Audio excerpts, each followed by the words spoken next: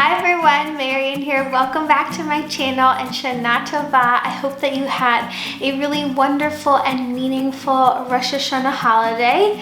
And now it's already time to prepare for Yom Kippur. So in today's video, I wanted to talk all about how to spiritually prepare yourself for the holiest day of the year, the Jewish holiday of Yom Kippur. So if you're new here, welcome. My name is Marian and I make videos about being a mom and being a Jewish mom. So if you like that type of content, definitely hit that red subscribe button down below and don't forget to give this video a big thumbs up to let me know. Before we launch in, I know if you're listening, you're probably like, wow, you're really out of breath. I am 8 months pregnant, I think now. So that is why I probably sound a little tired. Anyway, so let's jump in. So the Jewish holiday of Yom Kippur comes after Rosh Hashanah, and the period in between these two holidays is often called the Days of Awe, A-W-E, and it's this really meaningful and spiritual time. In fact, the whole month leading up to Rosh Hashanah, the month of Elul, is meant to be this time where we process what we've experienced in the past year and what our hopes and prayers are for the next year. But then these 9 days in between the two holidays are like the sort of epitome, the final sort of chance for us to really consider what we've done, where we've missed the mark, and to repair the mistakes that we've made, the sins that we've made in preparation for Yom Kippur. So there's this concept that we're judged by God on how we've behaved in this past year, and on Yom Kippur our fate for the next year is sealed. So it's very dramatic. It's very kind of powerful and emotional. And many people directly believe that however they behaved in this past year will relate to God's punishment or blessing of them for the year to come. So it's a very serious time. But I think that no matter what you believe about God and the scale of wrong or right and how we've done in this past year, Yom Kippur gives us the opportunity to reflect. And I think that that's good for everybody, no matter what your belief system is, to kind of take stock. And I know that, in the secular New Year, we often think about our physical surroundings, right? Our body, our home, what we want the next year to look like in terms of goals. And the Rosh Hashanah Yom Kippur time is more of a spiritual time to think about, where we've missed the mark. And it's also a lot about relationships with others, where we've gone wrong, relationships with ourselves, and relationships to God. So the first thing to do to prepare for Yom Kippur is a ceremony called Tashlich. Tashlich literally means to cast away. And it's traditionally done on the first day of Rosh Hashanah, but you can do it any day leading up to Yom Kippur. And Jewish people will take breadcrumbs or even stones and throw them into a moving body of water. So if you're lucky enough to live near an ocean, that's perfect for it, but you can also use a lake, a river. You could even use a running hose of water. Ideally, it's a natural flowing body of water with fish in it, but you can kind of make do with what you have. And the idea is to use the breadcrumbs to symbolically cast away the sins that we're repenting for. So it can be a very beautiful and meaningful ceremony. And I encourage you, if you have the opportunity, to visit a flowing body of water or to attend a Tashlich service with your synagogue or community to try it out. It's also great, something really great to do with kids or your family, because it's such a physical, relatable concept.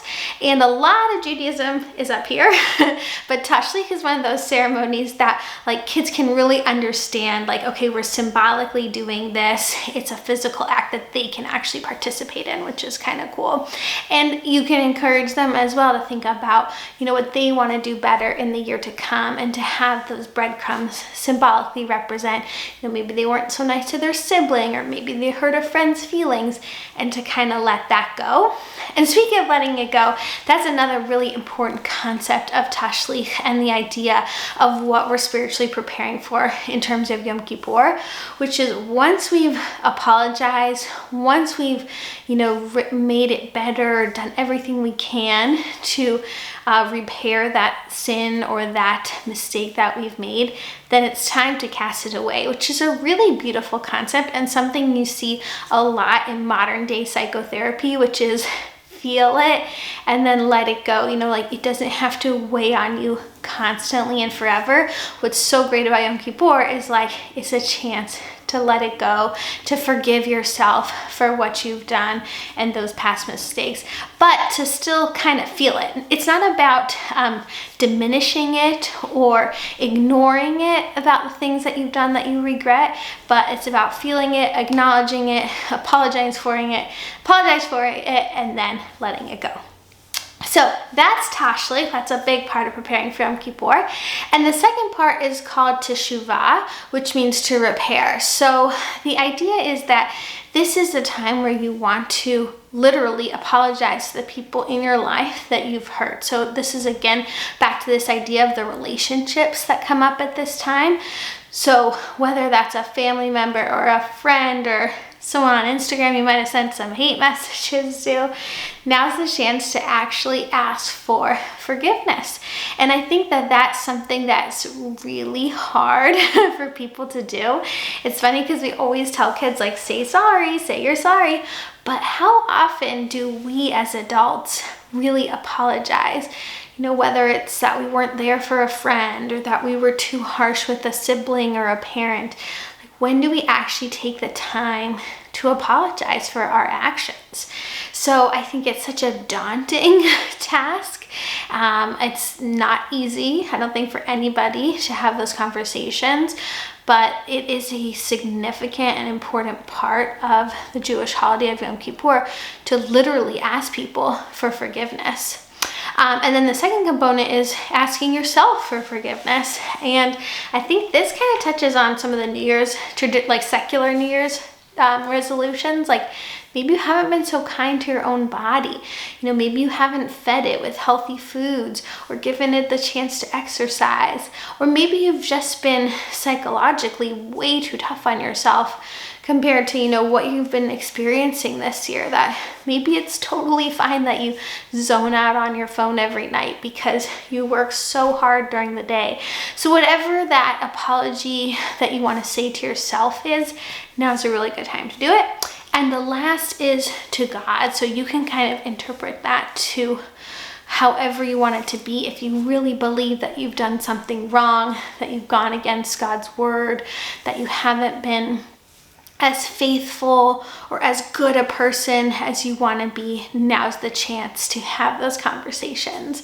And they can be as informal or as, direct as you want them to be. It's your personal relationships.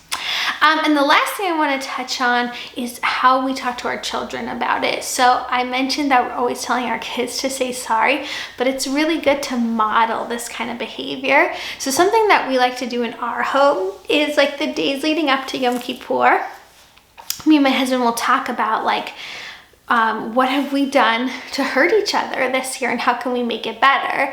Obviously, we only talk about things that we want their little ears to hear. But for example, if you know that you nag too much, something like that. I might at dinner say to my husband, I'm sorry I always nag you about leaving the cupboard door open. I know you're tired after work. This year I'm going to try and do better about that. So what I want is them to hear me apologizing, the little kids. Also, I want to apologize to my husband, but more importantly, in that type of conversation, I want them to hear how it can be done in a kind manner. And I also want them to hear him forgive me in a kind manner, to not sort of antagonize and make fights bigger. So, I mean, that's a lot about like family relationships and shalom bayit, which means peaceful home, and modeling that kind of stuff with your kids. But if they never hear you apologize, then it's going to be really hard for them to learn how to do it in a meaningful way. And if there's apologies to make to your children, that's also a wonderful time to do it. So you might have, pushed them too hard on a new skill, or, been frustrated at bedtime when they won't go to sleep. And I think it's nice to hear from you, like, I'm sorry, I'm so tired at the end of the day that I'm not as patient as you want me to be. Something like that, that they can understand and feel heard and appreciated. So that's just my little bit about parenting when it comes to Yom Kippur. But I think that overall, the ethos that I'm going into this holiday with is that it's a miracle that each of us is here. We're all here for a reason. So it's just to think about, what that reason is. What's that special place we have in the world that we only with our unique skills and talents and relationships can we make the world a better place. So with that, I'm wishing you Gmar Chatima Tova, which is what you say on Yom Kippur. May you be sealed for a very good year. I'm getting emotional because we were leading up to a big time in our life with this baby coming, and just hoping for all good things for everyone. Thank you guys so much for being here on my channel. I can't believe how many there are now that have subscribed over the past few years. I'm so thankful for all of you to have the chance to talk to you and be with you here in this YouTube platform. So thank you for that, and I'll see you in the next one. Bye.